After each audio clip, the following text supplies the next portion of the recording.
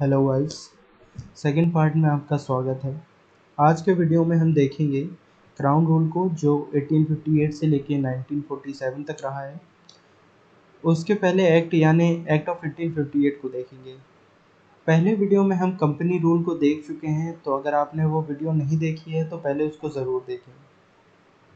देखिए, इस एक्ट को शुरू करने से पहले हम ये जान लेते हैं कि इस एक्ट को लाने की ज़रूरत क्यों पड़ी थी। तो देखिए, 1857 में क्रांति होती है, जिसे हम भारत का प्रथम स्वतंत्रता संग्राम या सिपाही विद्रोह भी कहते हैं। इस विद्रोह के बाद ही यह तय किया गया कि जो कंपनी का रूल है उसे समाप्त करके प्रशासन जो है वो सीधे ब्रिटिश क्राउन द्वारा चलाया जाएगा। देखिए, 1857 की जो क्रांति है उसके बहुत से कारण रहे हैं, तो हम उन कारणों को भी जान लेते हैं।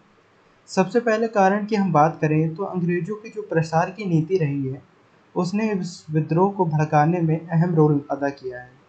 जैसे हम एग्जाम्पल के तौर पर झांसी की बात करें तो डॉक्ट्राइन ऑफ लैप्स के तहत झांसी को ब्रिटिश प्रोविंस में कन्वर्ट कर दिया। झांसी की रानी के जो बेटे थे उनको उन्हीं की गद्दी से हटा दिया गया, जिसकी वजह से क्या हुआ कि झांसी की रानी और वहाँ की जनता में आक्रोश पैदा हो गया और उन्होंने इस विद्रोह में बढ़ चढ़कर हिस्सा लिया। साथ ही एक दूसरे एग्जाम्पल की बात करें तो अवध को हम देखते हैं। अवध में देखिए, अवध जो रहा है वो हमेशा से अंग्रेजों का हिमायती रहा था, लेकिन अवध को के नवाब को ये कहकर गद्दी से हटा दिया गया कि वो प्रशासन ठीक से नहीं चला पा रहे थे।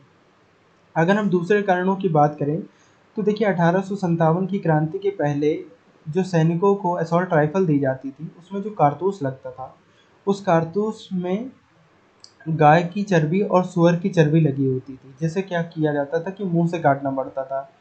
अब उसकी वजह से क्या होता था कि जो हिंदू थे और जो मुसलमान थे उनकी जो धार्मिक भावनाएं थी उनको बहुत चोट पहुंची थी, जिसके कारण 1857 की क्रांति का उद्भव हुआ था।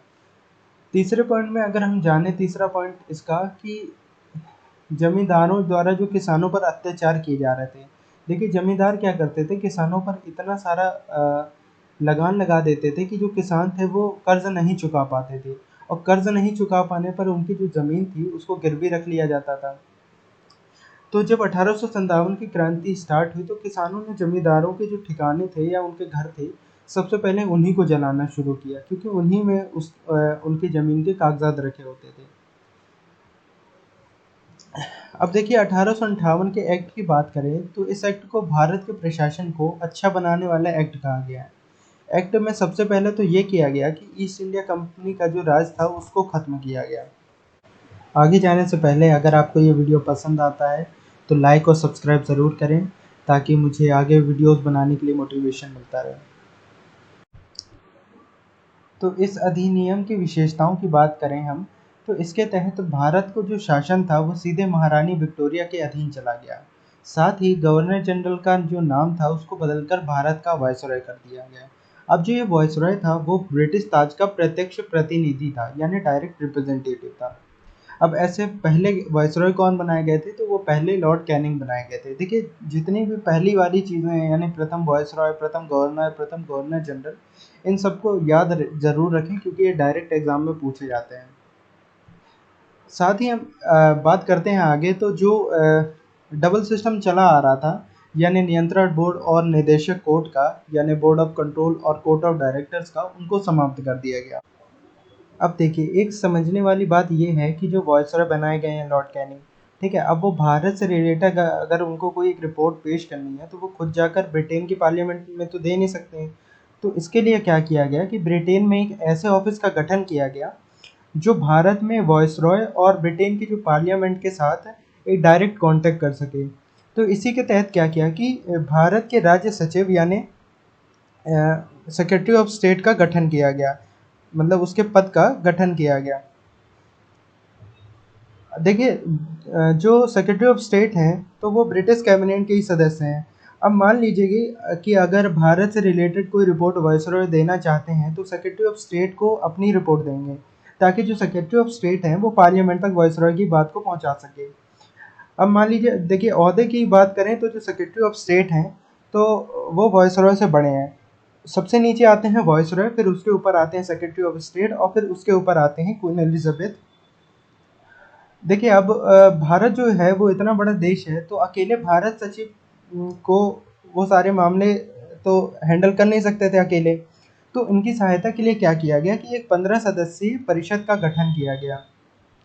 जैसे भारत में आप देखते हैं कि प्राइम मिनिस्टर जो है हमारे, ठीक है, उनके लिए एक कैबिनेट बनाई जाती है ताकि वो उनकी भी हेल्प की जा सके।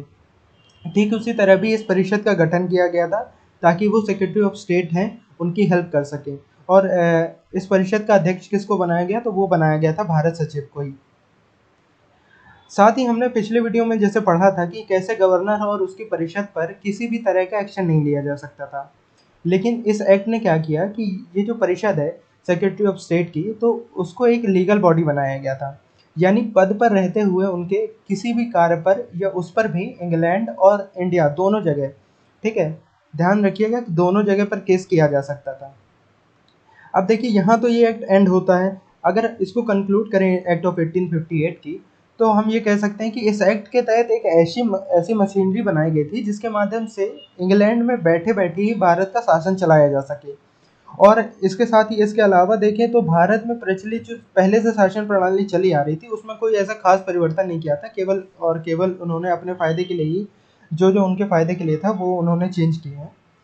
तो देखिए इस एक्ट का जो एंड होता है वो अभी तो इस वीडियो में होता है। नेक्स्ट वीडियो में हम आगे ये देखेंगे कि जो आगे के एक्ट्स हैं उनको जानेंगे और समझेंगे कि उनको लाने के पीछे क्या कारण रहे हैं। तो अगर आपको ये वीडियो हेल्पफुल लगती है तो लाइक और सब्सक्राइब ज़रूर करें, और वीडियोज़ को और बेहतर कैसे बनाया जाए उसके लिए आप कमेंट कर सकते हैं। नमस्कार।